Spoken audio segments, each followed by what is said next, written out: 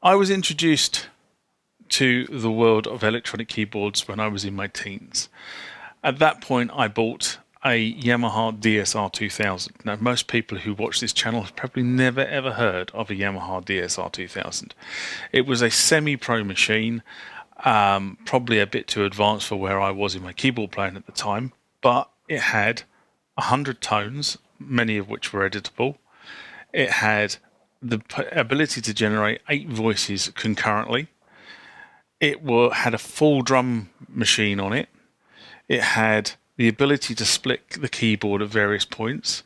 You could layer multiple tones across the keyboard. And more importantly, it had a 5-track sequencer on it. It was an awesome piece of kit to cut my teeth in the world of electronic music generation.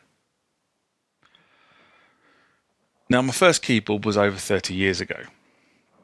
Since then, my interest in the electronic generation of music has really grown. I love electronic dance music. I love trance. I love garage. I love house music. I'm particularly into a number of those genres. But it goes all the way through to just plain keyboard pieces. In fact, people who know me very well will tell you that my taste in music is very eclectic and wide-ranging. That means that anything that generates electronic tones, sounds, is something I'm interested in. Be it a keyboard, be it a synth, be it a sequencer, a DAW, a computer, a bass station, or a drum machine. Makes no odds to me. I'm still interested in how these things work, how they generate the tone, and how they can be used in my music. So my split from my ex actually allowed me to continue this journey. She kind of suppressed my desire to own keyboards and to play keyboards. In her eyes, it was a waste of time. Since then, I have rebuilt my studio.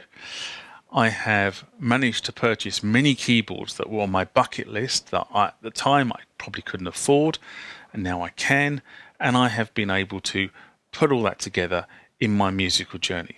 This channel is sort of kind of charting that musical journey as it goes through. It charts if I've had to find something out on the internet, then I put a video together and say, guys, this is how you do something, and I will get round at some point to actually playing you guys some of my music, but don't expect it to be spectacular. To that extent, the channel is self-funded, as in I pay for everything.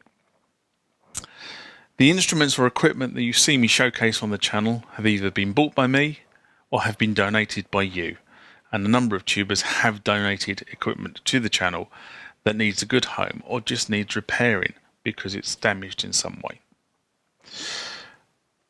To that extent, I have a Patreon account, and that is www.patreon.com/TheMusicTechGuyUK. Any donations via the Patreon account are used to fund the creation of videos.